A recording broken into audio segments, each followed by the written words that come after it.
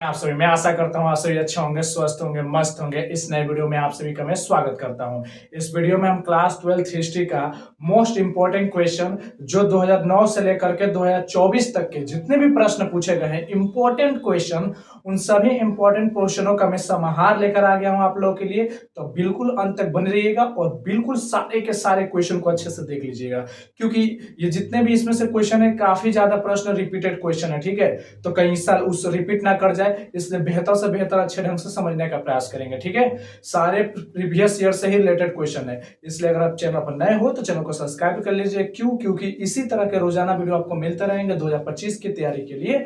और आइए बिना विलंब करते हुए हम लोग स्टार्ट करते हैं। टोटल कितने प्रश्न रहने वाले हैं हम लोग के जी? ध्यान रखिएगा, टोटल हम लोग का प्रश्न रहने वाला 41 क्वेश्चन रहेगा इसमें। ठीक है, और इसमें मैंने लिखा है कि ध्यान से देखें 100% यहां से आएगा। मतलब मेरे कहने का मतलब अगर आपने इस 41 क्वेश्चन को देख लेते हैं तो आपका क्या होगा, डाउट क्लियर हो जाएगा। अगर आपने चैप्टर पढ़ा है और इतने सारे क्वेश्चनों को अगर अच्छे से देखते हैं, मैंने इसका लिखने का मतलब इसलिए क्योंकि क्वेश्चन बैंक के सारे क्वेश्चन है और क्वेश्चन बैंक के सारे क्वेश्चन तो आते नहीं, आपको ही पता है, सभी को पता है, लेकिन कुछ क्वेश्चन जरूर आते हैं। ठीक है, तो उन्हीं कुछ क्वेश्चन को लेकर के मैं आप लोग के लिए लेकर आया हूं जो मुझे अच्छा क्वेश्चन लगा। ठीक है, और अगर चैनल पर नए हो तो चैनल को सब्सक्राइब कर लीजिएगा। और अगर और भी वीडियो देखना चाहते हैं तो जाइए, प्लेलिस्ट में वीडियो लग चुका है, आप जा करके वहां से सब्जेक्टिव ऑब्जेक्टिव हिंदी का या किसी भी सब्जेक्ट का, अगर जिस सब्जेक्ट का लगा उस सब्जेक्ट का जाकर के आप देख सकते हैं, वॉच कर सकते हैं। तो चलिए बिना विलंब करते हम लोग स्टार्ट करते हैं। चलिए, और ये आपको बता दें इंपॉर्टेंट चीज, ये आपका थर्ड चैप्टर है। कौन सा चैप्टर? तीसरा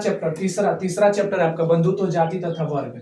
चलिए आइए बिना विलंब करते हुए सबसे पहले नंबर प्रश्न की तरफ चलते हैं। सबसे फर्स्ट ऑफ ऑल क्वेश्चन की तरफ, सबसे पहला क्वेश्चन बड़ा आराम से समझिएगा। सबसे पहला क्वेश्चन देखिए, ये जो चैप्टर है ना 600 ईसा पूर्व से, याद रखिए कितना, 600 बीसी से लेकर के 600 एडी तक के समय का दिखाया गया है। मतलब कि ईसा मसीह के जन्म से 600 वर्ष पहले और ईसा मसीह के जन्म के बाद से 6 वर्ष बाद का समय काल में जितनी भी हुई है बंधुत्व, जाति तथा वर्ग से रिलेटेड घटनाएं, उन सबको दिखाया गया है। ठीक है, भाईचारा, जाति, वर्ग, बंटवारा, ये सब हुआ है, सब कुछ हुआ है।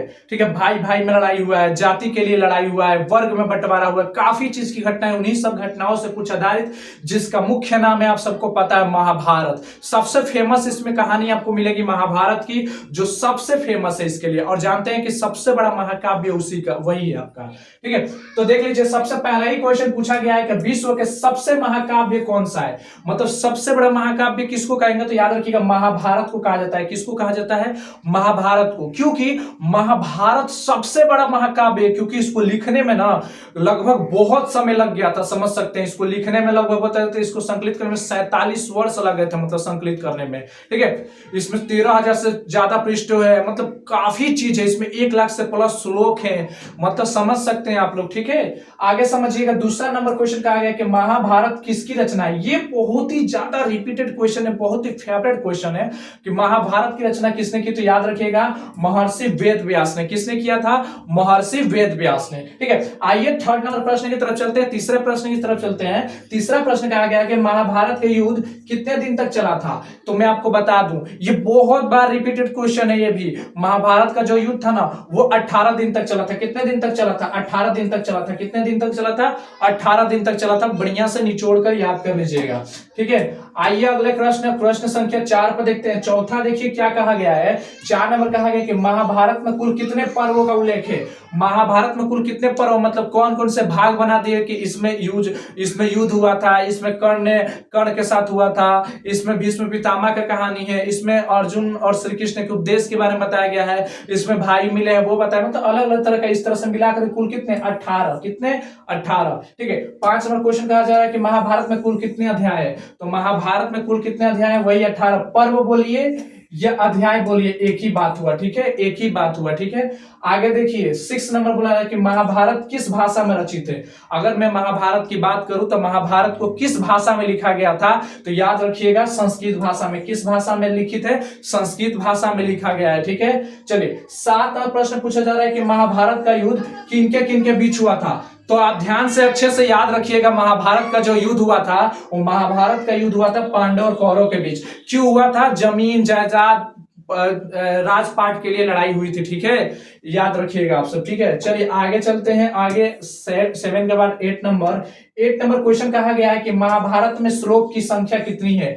महाभारत में श्लोक की संख्या कितनी, आखिर कितनी श्लोकों की संख्या है? तो याद रखिएगा 1 लाख से अधिक। आप एनसीईआरटी बुक उठाकर देखिएगा, 1 लाख से प्लस आपको मिलेगा, 1,10,000 उसके ऊपर मिल सकता है। ठीक है, चलिए आइए आगे चलते हैं। अगला श्लोक का मतलब समझ है? श्लोक मतलब नहीं बोलते हैं कोई एक लाइन का श्लोक, जैसे संस्कृत में आपने पढ़ा होगा, ऐसा न विद्या न तपो न दानम ज्ञानम न शीलो न गुणो न धर्म ते मृत्युलोके भूय भार भूते मनुष्य रूपे मृगा चरंती। ये आपका संस्कृत का एक श्लोक हो गया।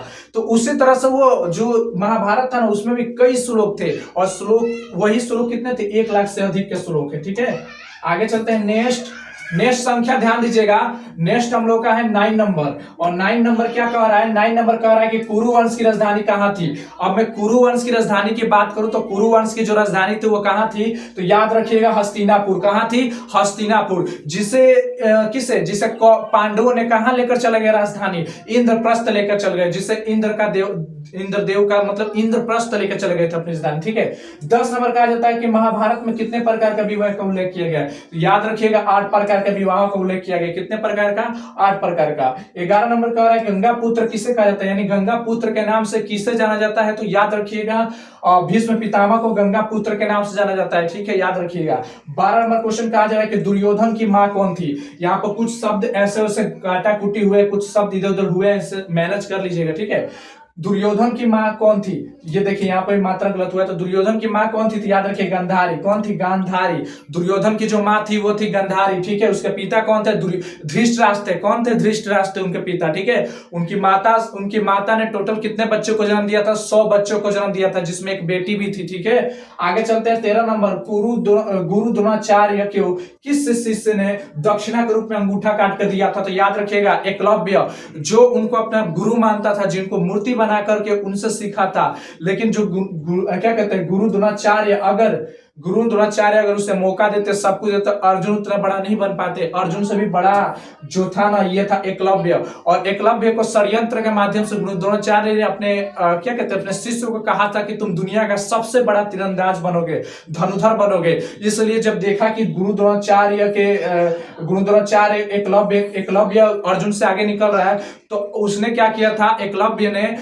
एकलव्य को गुरु द्रोणाचार्य ने अपने तरफ से एक शर्त रखा कि मैं तुम्हें अपना शिष्य तब मानूंगा जब तुम अपना अंगूठा मुझे दोगे। और उसने अपना अंगूठा दान कर दिया था किसको? गुरु द्रोणाचार्य को, दक्षिणा के तौर पर। तो अब वो नहीं चला सकता था, फिर भी देखिए कितना। आगे चलते हैं। आगे नेक्स्ट नंबर 14 नंबर कहा गया है। 14 नंबर ध्यान दीजिएगा। कर्ण की मां कौन थी? कर्ण की मां कौन थी? याद रखिएगा, कर्ण की मां कौन थी? तो कुंती थी। कर्ण की मां कौन थी? कुंती। और मैं आपको बता दूं, ये कुंती कौन थी मालूम है? का देखिए, जब पांडवों में मतलब इसकी शादी नहीं हुई थी, याद रखिएगा, जब ये पांडव वाला बात है, इनकी शादी नहीं हुई थी, कुंती की शादी नहीं हुई थी, तो कहा जाता है कि सूर्य के तेज से जब वो कुंवारी थी, मतलब जब कुंती क्या थी? कुंवारी थी, मतलब अभी शादी नहीं हुआ था, तो उनके पेट में एक बच्चा हो गया था। ठीक है, और उस बच्चे को अगर वो शादी करके लेकर जाती, अगर वो शादी के बाद उस बच्चे को भी साथ लेकर जाती, तो दुनिया समाज उसे क्या कहता? एक अलग नजरिए से सोचने लगता, उसको एक अलग तरह का सोचता। इसलिए क्या किया था? उस बच्चे को अलग कर दिया गया था। क्या कर दिया था? शादी से पहले उस बच्चे को अलग कर दिया, यानी कुंती ने उस बच्चे को अलग कर दिया था। क्यों? क्योंकि समाज के डर से कि शादी से पहले मैं बच्चा कैसे दे सकती हूँ, इस डर से उसने क्या किया था? उसने उस महान शख्स को हटा दिया था, मतलब अपने से दूर कर दिया था, तब उसकी शादी हुई थी। और याद रखिएगा, जो ये कर्ण है ना, इस कुंती का ही बेटा था। ठीक है, लेकिन ये किसकी तरफ से लड़ा था? कुंती के बेटों की तरफ से नहीं, बल्कि ये कौरवों की तरफ से लड़ा था। दुर्योधन का सबसे अच्छा मित्र था, याद रखिएगा। इसने बहुत ही खतरनाक तरह का ये योद्धा था। ठीक है, आगे चलते हैं। आगे एक और बात बता दूं कर्ण के लिए, कर्ण बहुत ही शक्तिशाली था। कर्ण बहुत ही ज्यादा शक्तिशाली था, क्योंकि कहा जाता है, महाभारत में यह भी कहा जाता है कि जो अर्जुन जिस रथ पर लड़ रहे थे, उनके रथ के ऊपर जो ध्वज था, उस पर बजरंगबली निवास कर रहे थे। ठीक है, बजरंगबली थे, और साथ में श्री कृष्ण भगवान भी थे। लेकिन कर्ण के केवल तीरंदाजी के माध्यम से क्या हुआ था कि वो एक क्या कहते कुछ हिस्सा पीछे तक थी कर दिए थे, रथ को पीछे तक ढकेल दिया गया था। इसका मतलब कर्ण के पास वो ताकत थी, शक्ति थी कि बजरंग बली भी रक्षा कर रहे थे, प्लस में श्री कृष्ण भगवान भी उस पर थे, फिर भी रथ को पीछे करने में कर्ण अकेला किया था। इसका मतलब कर्ण बहुत ही शक्तिशाली योद्धा था, बहुत ज्यादा शक्तिशाली योद्धा था। लेकिन उसको छल से कहा जाए ना, इंद्र भगवान ने सॉरी, छल से इंद्र भगवान ने भेष बदल करके उससे अपना कवच मांग लिया था, कवच जो सबसे बड़ा उसका सुरक्षा कवच था कर्ण का, जिसको वह अगर कभी पहना ही रहता, हमेशा नहीं उतारता, तो उसको दुनिया का कोई भी चीज उसको मार नहीं सकता था, उसको मृत्यु कभी नहीं प्राप्त हो सकती थी। उसी कवच को उसने दान के रूप में मांगा था, भेष बदल कर मांगे थे इंद्र भगवान, और उसने कर्ण ने दे भी दिया था दान, इसलिए उसको दानवीर कहा जाता है। सबसे बड़ा दानवीर का नाम आएगा तो याद रखिएगा, दानवीर जो कहा जाएगा वो कर्ण को कहा जाएगा। क्यों कहा जाएगा? क्योंकि उसको पता था कि भेष बदल के इंद्र भगवान आए हैं और ये मेरा अच्छा कवच मांग रहे हैं, अगर मैं दे दूंगा तो मैं मर जाऊंगा युद्ध में, लेकिन फिर भी उसने दे दिया था। ठीक है, और एक और बात बता दूं, कुंती से जब मुलाकात हुई थी कर्ण की, तो इसमें दुश्मनी इस बात की थी, उस मां ने कहा, उसको क्या कहते हैं, कर्ण ने कहा था कि तुम मां हो, तुम मां अगर होती तो तुम अपने बच्चे को नहीं छोड़ती, ऐसे नहीं छोड़ती, भले तुम्हारी, कहते हैं कि उसने कहा था, मतलब कुंती ने कहा कि मेरी परिस्थितियां ऐसी थी कि मैं तुम्हें संभाल नहीं सकती थी, तुम्हारा केयर नहीं कर सकती थी, क्योंकि मैं विवश थी समाज के सामने। तो उसने कहा था एक माँ का बच्चे से कैसी व्यवस्था, अगर एक माँ अपने बच्चे का ख्याल नहीं रख सकती तो और कौन रखेगा। और अगर तुमने मुझे उस अवस्था में छोड़ा जिस अवस्था में किसी और ने मुझे सहारा दिया, तो मैं उसके लिए नहीं करूं तो मैं तुम्हारे लिए क्यों करूं। इसीलिए याद रखिए कर्ण जो था कौरवों की तरफ थे। ठीक है, याद रखिएगा। आगे बोला जाता है, लेकिन ये किसका पुत्र था? कुंती का पुत्र था। ठीक है, और कुंती का पुत्र क्यों था? क्योंकि शादी से पहले कुंती का बच्चा हो गया था। जो शादी के पहले अगर किसी का बच्चा हो जाता लड़की का, तो वो महिला उस समाज के लिए अपराध साबित हो जाती है। ठीक है, तो उससे बचने के लिए उन्होंने क्या किया था, उसको अलग कर दिया था, हटा दिया था, और फिर उसके बाद उसका विवाह हो गया था कुंती का। ठीक है, और इसके बाद उसके 5 बेटे हुए थे, जो क्या होता है, अर्जुन, भीम, युधिष्ठिर, ये सारे के सारे पुत्र हुए थे। ठीक है, चलिए आगे 15 नंबर क्वेश्चन चलता है। महाभारत के समालोचनात्मक संस्करण का इसने किसको दिया था? याद रखिएगा, इसको कहा जाता है, तो याद रखिएगा VS सुक्तांकर को कहा जाता है। ठीक है, चलिए नेक्स्ट क्वेश्चन कहा जाए 16 नंबर। महाभारत के समालोचनात्मक संस्करण कितने वर्ष लगा था? याद रखिए 47 वर्ष लग गया था इसको खाली रिटर्न करने में, मतलब 47 वर्ष तक चला था काम इस पर। ठीक है, रामायण का तो कुछ ज्यादा ही चला है, याद रखिएगा, रामायण का भी कहानी बहुत बड़ा है। ठीक है, याद रखिएगा। 17 नंबर, महाभारत में पृष्ठों की संख्या कितनी है, पेजों की संख्या कितनी है बताइए तो ज्यादा? 13,000। कितना? 13,000 पृष्ठ है। 18 नंबर क्वेश्चन कहा जाए कि क्षत्रियों को उत्पत्ति, जो क्षत्रियों की उत्पत्ति थी वो ब्राह्मण के किस नाम से जानते हैं, यानी जो क्षत्रिय का उत्पत्ति हुआ है भगवान ब्रह्मा के किस अंग से हुआ है? तो याद रखिए भुजा से हुआ है। ब्रह्मा के किस भुजा से जन्म हुआ है? याद रखिएगा। ठीक है, ये हुआ है, ठीक है, भुजा।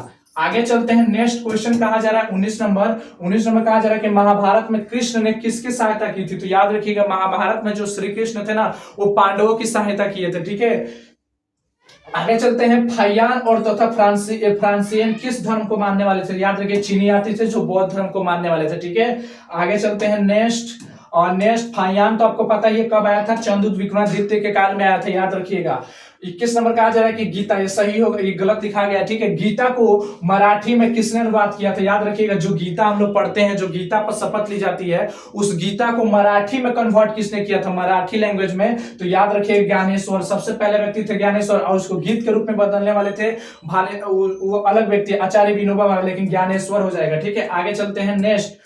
और नेक्स्ट क्वेश्चन कहा गया हमारा 22 नंबर, क्या कहा गया, ध्यान से सुनिएगा। 22 नंबर कहा गया कि महाभारत की किस पर्व में वर्ण व्यवस्था का उल्लेख मिलता है? याद रखिए महाभारत के किस पर्व में मिलता है? तो याद रखिए वर्ण पर्व और अनुशासन पर्व में हमें वर्ण व्यवस्था का जिक्र मिलता है, और साथ ही साथ हमें 10वें मंडल पुरुष सूक्त में भी वर्ण व्यवस्था का जिक्र मिलता है, याद रखिएगा। 23 नंबर कहा जा रहा है कि शास्त्रों में मौर्य वंश के शासक को किस कुल का माना जाता था? याद रखिए शास्त्रों के हिसाब से अगर देखा जाए ना, तो शास्त्रों के अगर हिसाब से हम देखते हैं ना, तो मौर्य वंश का जो राजा बना था कौन थे? चंद्रगुप्त मौर्य, जिसे कई इतिहासकार, कई लोग कहते हैं शास्त्रों के हिसाब से कि वो बहुत नीच कुल का इंसान था, बहुत ही नीच कुल का था। ठीक है, बहुत ही निम्न जाति का था। ठीक है, आगे बोला जा रहा है 24 नंबर, बौद्ध धर्म ग्रंथ में मौर्य को क्या माना जाता है? याद रखिएगा बौद्ध धर्म ग्रंथ में मौर्य को क्या माना जाता था? क्षत्रिय माना जाता था। क्या माना जाता था?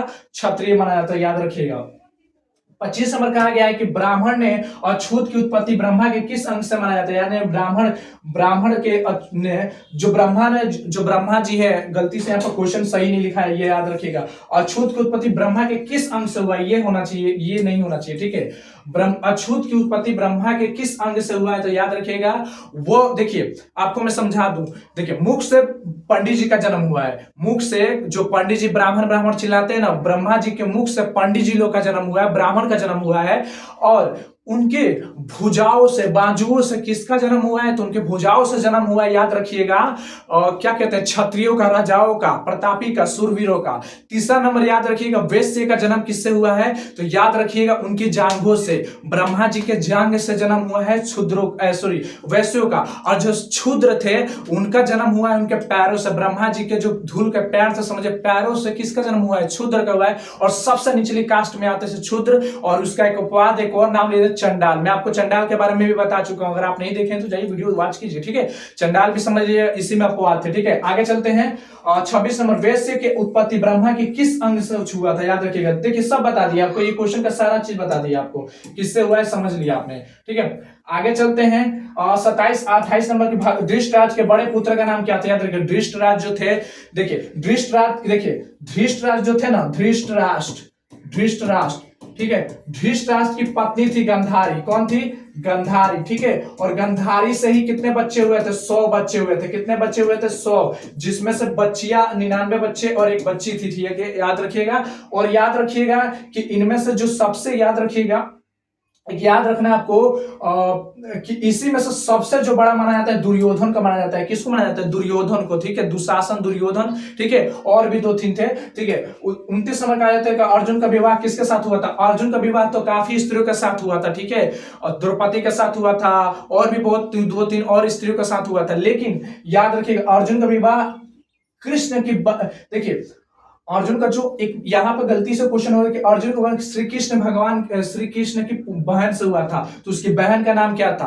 अर्जुन का जो विवाह हुआ था, यहाँ पे क्वेश्चन बनेगा कि अर्जुन का जो विवाह हुआ था, ये याद रखिएगा, अर्जुन का जो विवाह हुआ था वो श्री कृष्ण की बहन से हुआ था, तो उस बहन का नाम क्या था, उसकी बहन का नाम क्या था, सॉरी उनकी बहन का नाम क्या था, ठीक है। श्री कृष्ण भगवान की बहन का नाम क्या था, तो याद रखिएगा उनकी बहन का नाम था सुभद्रा। क्योंकि श्री कृष्ण भगवान ने देखा कि किसको, अर्जुन को देखा कि बहुत बेहतरीन है, बहुत अच्छे हैं, बहुत धुरंधार है, तो अपनी, उसके पता है कि अर्जुन, उनको पता था कि अर्जुन की शादी हो चुकी है, ठीक है। फिर भी अपनी बहन का शादी किससे करवा दी, सुभद्रा से। क्योंकि पहले चलता था, पहले एक पुरुष से कई पत्नियां हुआ करती थी, याद रखिएगा। एक पुरुष पर कई पत्नियां की शादी हो जाया करती थी, याद रखिएगा, ठीक है। तीसरा में बोला जा रहा है कि पांडवों ने अपनी नई राजधानी कहां बनाई थी, तो याद रखिएगा इंद्रप्रस्थ। कहां बनाई थी, इंद्रप्रस्थ में राजधानी बनाई थी। उससे पहले कुरु वंश का राजधानी कहां था, हस्तिनापुर था, ठीक है। आगे चलते हैं। अगला 31 नंबर कहा गया है, याद रखिएगा 31 नंबर जो क्वेश्चन हम लोग का कहा गया है कि स्वयंवर में द्रौपदी को किसने जीत लिया था, द्रौपदी होगा, ठीक है। द्रौपदी, थोड़ा सा कुछ शब्दों का यहाँ पर गलत हुआ है, आप समझ लीजिएगा। स्वयंवर का मतलब होता है कि लड़की अपनी इच्छा से, उसके पिताजी कोई शर्त रखेंगे और उस शर्त को अगर कोई पूरा करता है तो उस लड़की क्या कर लेगी, उससे विवाह कर लेगी, ठीक है। तो यहाँ पर स्वयंवर में द्रौपदी का विवाह द्रौपदी को किसने जीत लिया था, तो अर्जुन ने, याद रखिएगा। उसके भाइयों ने भी ट्राई किया था, लेकिन वो सब नहीं कर पाए थे। लेकिन एक अकेला बंदा था, जो अकेला था, अर्जुन बहुत खतरनाक तीरंदाज था, जो चलती हुई मछली के आंख में तीर मारना था, उसने मार दिया था। उसके बाद उस स्त्री को, यानी द्रौपदी को, उसने क्या किया था, जीत लिया था। और जीत करके उसने स्वयंवर शादी की। लेकिन कुंती की इच्छा थी कि जब भी शादी होगा तब 5 भाइयों की शादी एक ही स्त्री से होगा, तो वो हुआ। देखिए द्रौपदी की जो शादी हुई, अर्जुन ने जीता, अर्जुन को शादी करना चाहिए था, लेकिन वहां पर 5 भाइयों की शादी द्रौपदी के साथ हो गई, ठीक है। तो द्रौपदी की शादी 5 के साथ हुई थी, याद रखिएगा। अगला है 32 नंबर, धृष्टराष्ट्र कैसे थे, तो याद रखिएगा धृष्टराष्ट्र जो थे वो अंधे थे, ठीक है, वो अंधे थे। 33 नंबर बोला है कि धृष्टराष्ट्र के पत्नी का नाम क्या था, अभी बताया था कि गंधारी नाम था, उसकी पत्नी का नाम क्या था, गंधारी, यानी दुर्योधन की मां थी गंधारी, याद रखिएगा। दुर्योधन की मां कौन थी, गंधारी। 34 नंबर, कौरव कितने भाई थे, याद रखिए। कौरव जो थे टोटल 100 भाई थे, ठीक है, बहन भी एक थी, ठीक है। 35 नंबर, सूर्य पुत्र किसे कहा जाता है, याद रखिए। सूर्य पुत्र कर्ण को कहा जाता है। इसे कहा जाता है क्योंकि मैंने बताया ना, कुंती का जो शादी से पहले ही बच्चा होना है, यानी वो सूर्य की प्रतिमा के कारण ही बच्चा हुआ था, तो शादी से पहले हो गया था, इसलिए सूर्य पुत्र कहा जाता है, ठीक है। और जिसको अपनाई नहीं थी कुंती मां। आगे चलते हैं। आगे नेक्स्ट नंबर कहता है क्या, अगला क्वेश्चन कह रहा है हम लोग का कि ध्यान दीजिएगा, भीष्म का विवाह किसके साथ हुआ था? याद रखिए, भीम का विवाह किसके साथ हुआ था? तो मैं आपको बता दूं, भीम का जो विवाह हुआ था ना, वो हिडिंबा के साथ हुआ था। और ये बता देते हैं, चलिए यहाँ पे एक छोटी सी निम्न सी कहानी एकदम छोटी सी बताते हैं, समझिएगा। कहा जाता है जब ये पांडव कहाँ गए थे, जंगल की तरफ गए थे, जंगल में चले गए थे। जब इनको ये जंगल में चले गए थे तो वहां पर रह रहे थे, तो वहीं पर किससे मुलाकात हुई थी इनकी? जब कौरव से छूट करके, जब हार फूट कर कहाँ चले गए थे, किधर चले गए थे? जब सब कुछ चला गया था तो ये चले गए थे किधर? अरे गंधा, वो क्या कहते हैं, भीम का, सॉरी, जंगल में चले गए थे, ठीक है। और जंगल में, उस जिस जंगल में गए थे वहां पर एक बहुत बड़ा राक्षस रहता था, बहुत ही खतरनाक विशाल राक्षस रहता था, ठीक है। उसकी एक बहन थी जिसका नाम था क्या? हिडिंबा। उसकी बहन का नाम क्या था? हिडिंबा, ठीक है। उसकी बहन का आई पूछता है, हिडिंबा किसकी पत्नी थी? तो भीम की पत्नी थी। हिडिंबा का, भीम के पत्नी कौन थी? तो हिडिंबा। ज्यादातर इससे कनेक्ट याद रखिएगा सब, ठीक है। तो हिडिंबा जो थी ना, हिडिंबा, तो क्या हुआ कि उसके पिताजी के साथ इसका कब एक दिन मुकाबला, सॉरी, समझाते हैं, जब ये जंगल में गए तो पता चला राक्षस को, क्योंकि वो क्या करता था, सबको मार मार कर क्या करता था, खा जाता था। जंगल की तरफ जाने वाले इंसानों को क्या करता था, मार के खा जाता। राक्षस का काम है क्या होता है? इंसानों को मार के खा जाना, जानवरों को मार करके खा जाना। तो उसको पता चला कहीं से कि इसमें कोई मानव रहने आ गए हैं, तो उसको लगा कि इनको भी हम अपना चपेट में ला लेंगे। तो इसी चक्कर में जाता है, लेकिन उस चक्कर में नहीं क्लियर हो पाता, क्योंकि वो जो जिनके सामना उनके साथ हुआ था वो बहुत ही बलशाली और शक्तिशाली थे, जिसमें भीम ने तो काफी ज्यादा हुड़दंग मचा कर रख दिया था, ठीक है। याद रखिएगा। तो क्या होता है कि इस चीज को देख करके इसकी प्रशंसा सुन लेती है उसकी बहन, कि एक बहुत ही शक्तिशाली था, उसमें ये था वो था, बहुत ही बलशाली था। तो इसकी बहन जो थी ना, ये काफी चीज सुन रही थी, काफी सुन रही थी उसके बारे में अपने भाई से। तो उसको क्या होता है, लगाव हो जाता है किससे? भीम के साथ बहुत ज्यादा लगाव हो जाता है। और एक दिन छुप करके देखती भी है उस लड़ाई को, ठीक है, जिसमें उसका भाई मर जाता है, ठीक है। कुछ कहानियां तो ऐसी भी कहा जाती है, देखिए कुछ कहानी ऐसी कहा जाती है कि हिडिंबा ने देखा था और वो ब्याह करने के लिए गई थी, तो उसको मना कर दिया गया था, तो चली गई अपने भाई के पास। तो भाई आया था तो लाई किया था, जिसमें क्या हुआ, भाई को भीम ने मार दिया था। तो वो माफी मांगी, कैसे बोली कि मैं आप लोगों के साथ ही रहूंगी, मुझे आप लोगों के साथ ही रहना, मैं राक्षस भले हूं लेकिन राक्षस जैसी प्रवृत्ति नहीं रखूंगी, मैं सब कुछ खत्म करूंगी। कुछ कहते हैं कि नहीं, वो राक्षसी प्रवृत्ति रखी थी, वो चाहती थी कुछ और करना, उसको नहीं कुंती अपना रही थी। बहुत सारी घटनाएं, बहुत सारी काल्पनिक घटनाएं, बहुत सारी कहानियां हैं, ठीक है इस पर। लेकिन इतना ध्यान आप काल्पनिक कहानियों को हटाइए, सिर्फ इतना आप ध्यान में रखिएगा ना। देखिए मैं भी बताना चल जाऊंगा तो टाइम लॉस हो जाएगा, इसलिए ध्यान रखिएगा कि हिडिंबा जो थी ना, सीधी याद रखिएगा कि वो भीम के साथ उसके शर्त के अनुसार शादी हुआ, ठीक है।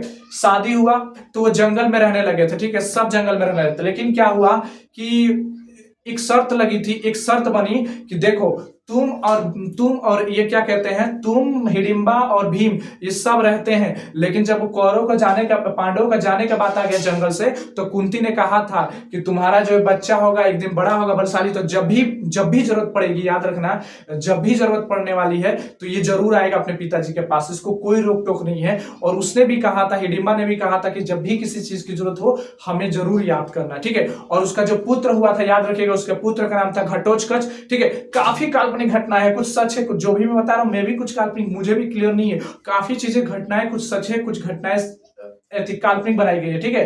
क्योंकि सारी चीज के बहुत सारी चीजें काल्पनिक तौर पर ही काम करती है, ठीक है। इतिहास की घटनाएं ज्यादातर काल्पनिक होती है। याद रखिए, इतना याद रखिए बस अब कि भीम की पत्नी हिडिंबा थी, ठीक है, राक्षस पर्वती की, ठीक है। हिडिंबा के पुत्र का नाम क्या था? घटोत्कच था। क्या नाम था उसका पुत्र का नाम? बहुत ही खतरनाक था, घटोत्कच। और जब ये भीम हम सब चले गए तो घटोत्कच और हिडिंबा उस जंगल में ही रह गए थे, ठीक है। 39 नंबर कह रहा है कि अर्जुन के गुरु कौन थे? अर्जुन के जो गुरु थे वो कौन थे? द्रोणाचार्य थे। कौन थे? द्रोणाचार्य थे, ठीक है। 39 नंबर, एकलव्य अपना गुरु किसे मानता था? याद रखिएगा, द्रोणाचार्य को। किसको मानता था? द्रोणाचार्य। कुछ शब्दों का यहाँ पर कुछ गलती हुआ है, इसलिए सुधार दे रहा हूं, ठीक है।